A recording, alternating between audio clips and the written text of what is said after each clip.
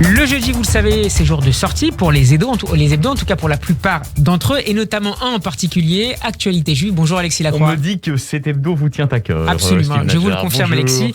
Bienvenue dans ce grand journal, comme tous les jeudis. Je rappelle que vous êtes le directeur de la rédaction d'Actualité Juive. Et à la une d'Actualité Juive cette semaine, Hanouka, retrouver le sens de la fête. Jolie formule. Retrouver le sens de la fête, parce qu'effectivement, depuis 2 ans, tout le monde le sait, par définition, Steve, on l'a un peu perdu.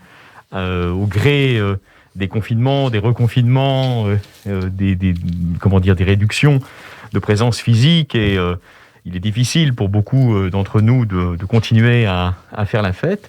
Et puis c'est vrai qu'on a voulu, avec des grands rabbinim français, s'interroger sur le sens humain, le sens social, mais aussi le sens philosophique, métaphysique de cette fête si importante du calendrier liturgique juif. Donc vous êtes accompagné dans ce dossier par les rabbins Michael Azoulay, Rivon Kriger et Jacques Milevski. Vers quoi tendent leur éclairage, si j'ose dire, sur la fête de Hanouka ? Vers un point focal commun.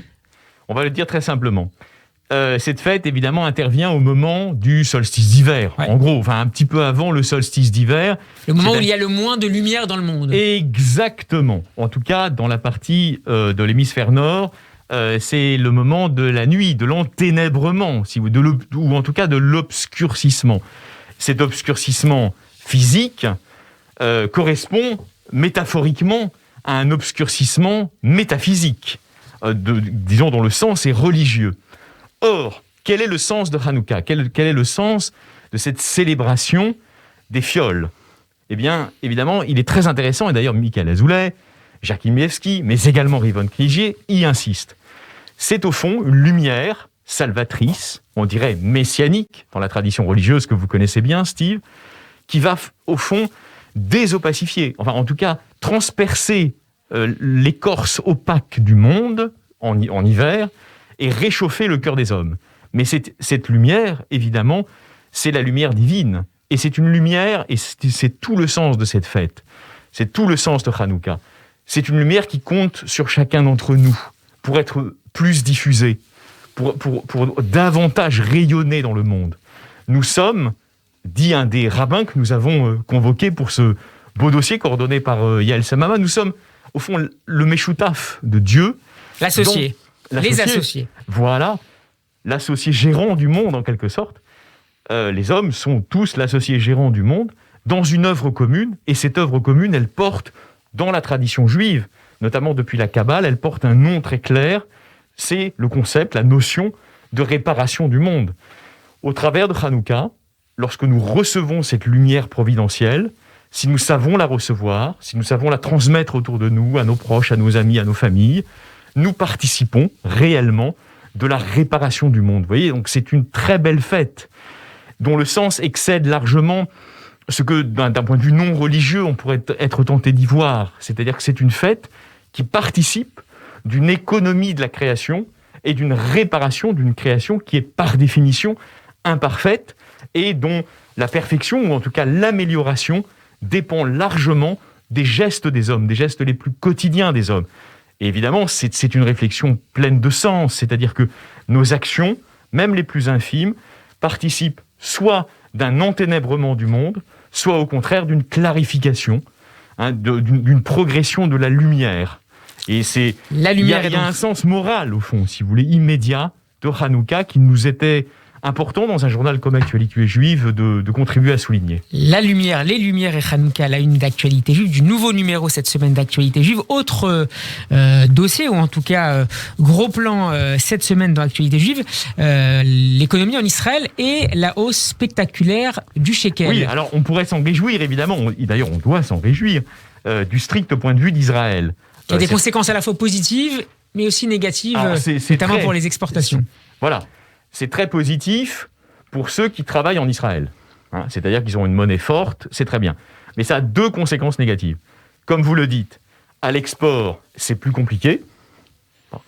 Mais c'est aussi, et pour nous, c'était important... Puisque les produits israéliens coûtent plus cher si on les transforme, notamment en dollars. Vous le résumez très bien. Et voilà, ils coûtent plus cher, et aussi en euros. C'est-à-dire que ça rend, paradoxalement, les exportations israéliennes vers la zone euro en gros l'Union européenne, sachant que la zone euro ne recoupe pas exactement les frontières de l'Union européenne, mais en gros c'est ça, ça les rend un peu plus compliqués. Mais il y a une deuxième conséquence, et nous sommes aussi un journal des communautés dans leur quotidien, dans leur vie quotidienne. Ça impacte beaucoup d'OLIM français qui touchent des retraites dans les villes où ils sont installés. Ils touchent des retraites de France parce qu'ils sont venus tardivement. Donc en euros. Voilà. Et donc, la conséquence, c'est que pour toutes ces personnes qui touchent leur retraite depuis la zone euro, évidemment, il y a une dévaluation. C'est-à-dire que rapporté à un shekel fort, ils perdent considérablement, enfin en tout cas notablement, en pouvoir d'achat. Et donc, ça suppose aussi que l'État israélien, mais aussi la philanthropie qui accompagne l'État israélien, viennent en aide encore plus fortement que c'est fait depuis ces dernières années à ces OLIM qui sont impactés par une hausse inattendue du shekel. Alors il y a un grand angle comme chaque semaine, je crois, si je ne dis pas de bêtises, Alexis, dans Actualité, j'ai un grand angle qui est consacré à l'antisémitisme en Europe et à la mobilisation autour d'Auschwitz. Oui, c'était important, si vous voulez, d'abord pour nous d'y avoir un journaliste, notre ami Laurent Cohen-Coudard qui s'est rendu sur place. Dans cette délégation comportant un grand nombre de parlementaires européens, alors il y a souvent du bicamérisme dans d'autres pays que nous, en Allemagne aussi, etc. Donc le Sénat, ça existe, l'équivalent du Sénat existe. Donc il y avait à la fois des membres de l'Assemblée nationale, des membres du Sénat, d'à peu près tous les pays de l'Union européenne. Pourquoi cette initiative nous paraissait importante ? Pour une raison très simple, c'est qu'on associe souvent, à raison, l'Union européenne à une absence, enfin, en tout cas à une faiblesse structurelle de la réponse face à la progression de l'antisémitisme et de l'islamisme.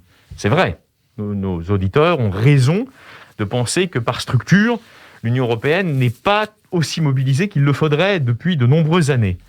Mais là, il y a justement une lumière de l'espérance, si vous me passez cette expression. C'est-à-dire qu'on voit qu'il y a au sommet, j'allais dire, de la politique européenne, un désir de prendre vraiment à bras-le-corps ce problème tenaillant, angoissant, préoccupant de l'extension de l'antisémitisme. Et donc ça, c'est une bonne nouvelle. Et on voulait aussi accompagner ce sommet qui débouchera de toute façon sur des propositions politiques dans les différents pays et probablement même au niveau de la Commission pour montrer qu'il n'y avait pas de fatalité à l'extension de l'antisémitisme en Europe pourvu qu'il y ait de la volonté politique. Alors justement, et c'était évidemment le sens de ce sommet que nous raconte la plume de Laurent Cohen-Coudard. Et un dernier petit mot, mais important, sur la probable ouverture d'un nouveau procès autour du meurtre de Mireille Knoll. C'est une formidable, si vous voulez, victoire, mais on voit bien qu'il va y avoir aujourd'hui un appel, et on espère naturellement que l'appel débouchera sur les mêmes conclusions judiciaires, reconnaissant l'entière et absolue responsabilité de ce meurtrier. La justice doit passer, mais elle doit être juste, et donc on a bon espoir qu'effectivement, il y aura une confirmation de cette condamnation qui est un signe fort aussi envoyé par la justice du fait qu'il ne doit plus y avoir d'impunité en France pour l'antisémitisme ancien et pour le néo-antisémitisme islamiste. Encore un numéro très riche d'actualité juive cette semaine. Vous pourrez évidemment le retrouver dans tous les bons kiosques et par abonnement sur le site actualitéjuive au singulier.com. Merci beaucoup, Merci Alexis Lacroix, et à la semaine prochaine.